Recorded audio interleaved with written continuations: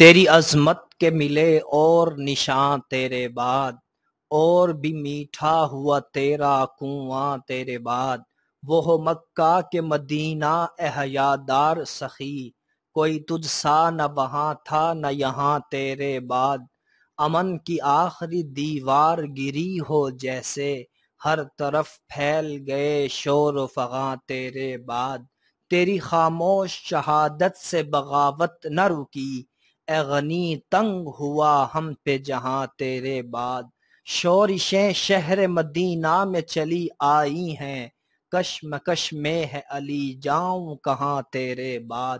طیبہ و کوفہ و صفین لہو گرد ہوئے، کربلا تک نہ ملی ہم کو امان تیرے بعد۔ پہلے قرآن کی تلاوت میں گئی جان تیری، پھر ہوا نیزے پہ قرآن بیاں تیرے بعد۔ ناظرین کرام، اس چینل پر تلاوت، حمد، نعت کے ساتھ ساتھ اسلامک ویڈیوز بھی اپلوڈ کی جاتی ہیں۔ اس حسین سلسلے سے جڑے رہنے کے لیے ہمارے چینل کو سبسکرائب کیجیے اور ہر نئی ویڈیو کا نوٹیفیکیشن حاصل کرنے کے لیے بیل آئیکن کے بٹن کو دبائیے۔ ناظرین، 18 ذی الحجہ سیدنا عثمان غنی رضی اللہ تعالی عنہ کا یوم شہادت ہے، تو اسی مناسبت سے خلیفہ سوم حضرت عثمان غنی رضی اللہ تعالی عنہ کی سیرت کا مختصر ترین خلاصہ آپ کے سامنے پیش کیا جا رہا ہے۔ حضرت عثمان غنی رضی اللہ تعالی عنہ کا نام عثمان تھا اور لقب ذو النورین تھا۔ سیدنا عثمان غنی رضی اللہ تعالی عنہ کا تعلق قریش کے معزز قبیلے سے تھا۔ سلسلہ نسب عبد المناف پر رسول اللہ صلی اللہ علیہ وسلم سے جا ملتا ہے۔ سیدنا عثمان غنی رضی اللہ تعالی عنہ کی سگی نانی ام حکیم آپ علیہ الصلوۃ والسلام کی سگی پھوپھی تھی۔ قبول اسلام: حضرت عثمان غنی رضی اللہ تعالی عنہ نے خلیفہ اول سیدنا ابو بکر صدیق رضی اللہ تعالی عنہ کی دعوت پر اسلام قبول کیا تھا۔ اسلام قبول کرنے والوں میں آپ السابقون الاولون کی فہرست میں شامل تھے۔ حضور صلی اللہ علیہ وسلم پر ایمان لانے اور کلمہ حق پڑھنے کے جرم میں سیدنا عثمان غنی رضی اللہ تعالی عنہ کو ان کے چچا حکم بن ابی العاص نے لوہے کی زنجیروں سے باندھ کر دھوپ میں ڈال دیا تھا۔ کئی روز تک علیحدہ مکان میں بند رکھا گیا۔ چچا نے آپ سے کہا، جب تک تم نئے مذہب یعنی اسلام کو نہیں چھوڑو گے تمہیں آزاد نہیں کروں گا۔ یہ سن کر آپ رضی اللہ تعالی عنہ نے جواب میں ارشاد فرمایا، چچا، اللہ کی قسم میں اپنے مذہب اسلام کو کبھی نہیں چھوڑ سکتا اور ایمان کی دولت سے کبھی دستبردار نہیں ہو سکتا۔ رفیق جنت اور نکاح مسعود: سیدنا عثمان غنی رضی اللہ تعالی عنہ اعلیٰ سیرت و کردار کے ساتھ ساتھ ثروت و سخاوت میں بھی مشہور تھے۔ رسول اللہ صلی اللہ علیہ وسلم نے ارشاد فرمایا، جنت میں ہر نبی کا ساتھی اور رفیق ہوگا، میرا جنت میں ساتھی اور رفیق عثمان غنی ہوگا۔ سیدنا عثمان غنی کے دائرہ اسلام میں آنے کے بعد نبی کریم صلی اللہ علیہ وسلم نے کچھ عرصہ بعد اپنی لخت جگر سیدہ رقیہ رضی اللہ تعالی عنہا کا نکاح آپ سے کر دیا تھا۔ جب کفار مکہ کی اذیتوں سے تنگ آ کر مسلمانوں نے نبی پاک صلی اللہ علیہ وسلم کی اجازت اور حکم الہی کے مطابق ہجرت حبشہ کی، تو سیدنا عثمان غنی رضی اللہ تعالی عنہ بھی اپنی اہلیہ حضرت رقیہ رضی اللہ تعالی عنہا کے ساتھ حبشہ ہجرت فرما گئے۔ جب حضرت رقیہ رضی اللہ تعالی عنہا کا انتقال ہوا تو نبی کریم صلی اللہ علیہ وسلم نے اپنی دوسری لخت جگر، اپنی دوسری صاحبزادی حضرت ام کلثوم رضی اللہ تعالی عنہا کو آپ کی زوجیت میں عطا کر دیا۔ اس طرح آپ کا لقب ذو النورین پڑ گیا، یعنی دو نوروں والے۔ سخاوت کے چند واقعات: مدینہ منورہ میں پانی کی قلت تھی، جس پر سیدنا عثمان غنی رضی اللہ تعالی عنہ نے نبی پاک صلی اللہ علیہ وسلم کی اجازت سے پانی کا کنواں خرید کر مسلمانوں کے لیے وقف فرما دیا۔ اور اسی طرح غزوہ تبوک میں جب رسول اللہ صلی اللہ علیہ وسلم نے مالی مدد کی اپیل فرمائی تو سیدنا عثمان غنی نے 30,000 فوج کے ایک تہائی اخراجات کی ذمہ داری اٹھا لی۔ سفیر رسول: جب رسول اکرم صلی اللہ علیہ وسلم نے زیارت خانہ کعبہ کا ارادہ فرمایا تو حدیبیہ کے مقام پر یہ علم ہوا کہ قریش مکہ آمادہ جنگ ہے۔ اس پر آپ علیہ الصلوۃ والسلام نے سیدنا عثمان غنی کو سفیر بنا کر مکہ بھیجا۔ قریش مکہ نے آپ کو روکے رکھا تو افواہ پھیل گئی کہ سیدنا عثمان غنی کو شہید کر دیا گیا ہے۔ اس موقع پر 1400 صحابہ کرام سے نبی پاک صلی اللہ علیہ وسلم نے یہ بیعت لی کہ سیدنا عثمان غنی کا قصاص ضرور لیا جائے گا، ان کے خون کا بدلہ ضرور لیا جائے گا۔ یہ بیعت تاریخ اسلام میں بیعت رضوان کے نام سے مشہور ہوئی۔ قریش مکہ کو جب صحیح صورتحال کا علم ہوا تو وہ آمادہ صلح ہو گئے اور سیدنا عثمان غنی رضی اللہ تعالیٰ عنہ واپس تشریف لے آئے۔ خلفاء سے تعلقات: حضرت عثمان غنی رضی اللہ تعالیٰ عنہ خلیفہ اول سیدنا ابوبکر صدیق رضی اللہ تعالیٰ عنہ کی مجلس مشاورت کے ایک اہم رکن تھے۔ امیر المؤمنین سیدنا عمر رضی اللہ تعالیٰ عنہ کی خلافت کا وصیت نامہ آپ ہی نے تحریر فرمایا تھا۔ دینی معاملات پر آپ کی رہنمائی کو پوری اہمیت دی جاتی تھی۔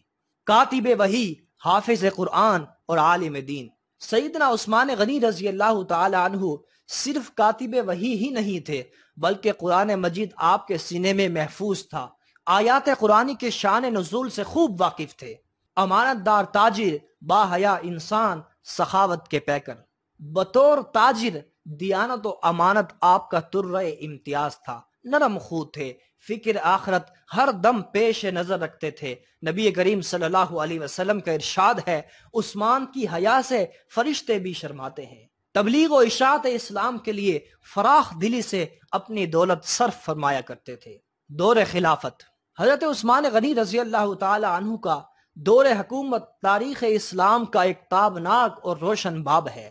ان کے عہد زری میں عظیم الشان فتوحات کی بدولت اسلامی سلطنت کی حدود اطراف عالم تک پھیل گئی تھی، اور آپ نے اس دور کی بڑی بڑی حکومتیں روم، فارس اور مصر کے بیشتر علاقوں میں پرچم اسلام بلند کرتے ہوئے عہد فاروقی کی عظمت و ہیبت، رعب و دبدبا کو برقرار رکھا اور باطل نظاموں کو ختم کر کے ایک مضبوط، مستحکم اور عظیم الشان اسلامی مملکت کو استوار فرمایا۔ خلافت کی قمیص، دشمنوں کو محاصرہ اور شہادت عثمان۔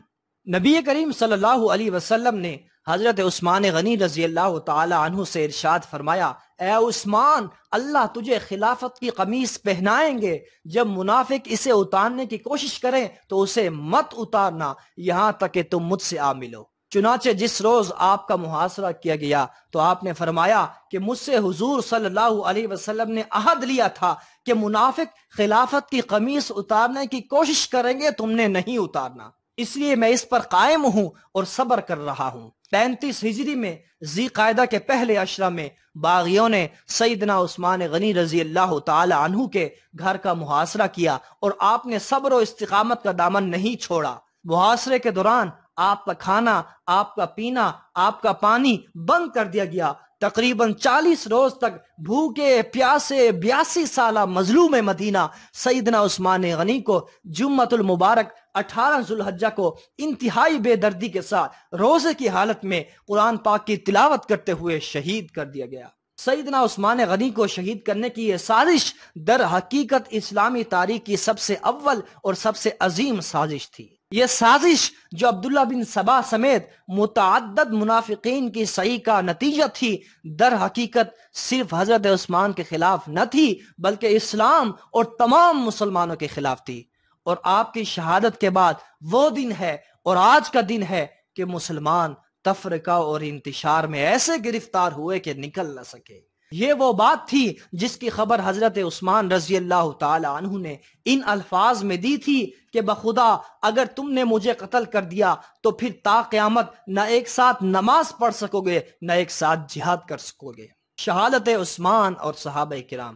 آپ کی شہادت پر مدینہ میں کوہرام مچ گیا۔ حضرت سعید بن زید رضی اللہ تعالی عنہ نے ارشاد فرمایا، لوگوں واجب ہے کہ اس بدعمالی پر کوہ احد پھٹے اور تم پر گرے۔ حضرت انس رضی اللہ تعالی عنہ نے ارشاد فرمایا، حضرت عثمان جب تک زندہ تھے اللہ کی تلوار نیام میں تھی، اس شہادت کے بعد یہ تلوار نیام سے نکلے گی اور قیامت تک کھلی رہے گی۔ حضرت ابن عباس رضی اللہ تعالی عنہ نے ارشاد فرمایا، اگر حضرت عثمان کے خون کا مطالبہ بھی نہ کیا جاتا تو لوگوں پر آسمان سے پتھر برستے۔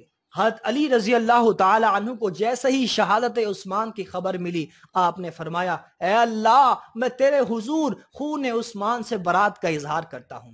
حافظ ابن کثیر رحمہ اللہ نے یہ بھی نقل کیا ہے کہ حضرت علی رضی اللہ تعالی عنہ حضرت عثمان کے پاس جا کر ان پر گر پڑے اور رونے لگے، حتیٰ کہ لوگوں نے خیال کیا کہ آپ بھی ان سے جا ملے ہیں۔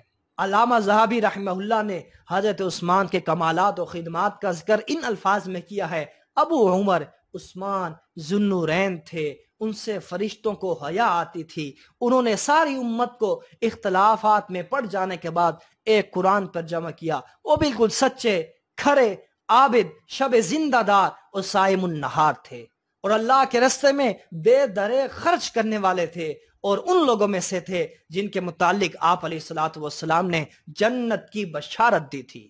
دشمنوں کا انجام: قدرت نے اعدائے دین، اعدائے صحابہ اور اعدائے سیدنا عثمان غنی سے نہایت شدید انتقام لیا۔ سبائی پارٹی کے ایک ایک فرد کو عبرتناک سزا دی۔ خود عبداللہ بن سبا، جس نے دین کی تخریب، تفریق اور حضرت عثمان غنی کی خون ریزی اور خون آشامی کا یہ سارا پروگرام بنایا تھا، نہایت بری طرح آگ میں جل بھن کر واصل جہنم ہوا، اور اس کی پارٹی کا ایک ایک ممبر حضرت عثمان غنی کا ایک ایک دشمن پاگل ہو کر ذلت کی موت مرا۔ اللہ پاک ہمیں سیدنا عثمان غنی کی سچی محبت، صحابہ کرام، نبی پاک صلی اللہ علیہ وسلم کے نقش قدم پہ چلنے کی توفیق عطا فرمائے۔ وآخر دعوانا ان الحمد للہ رب العالمین۔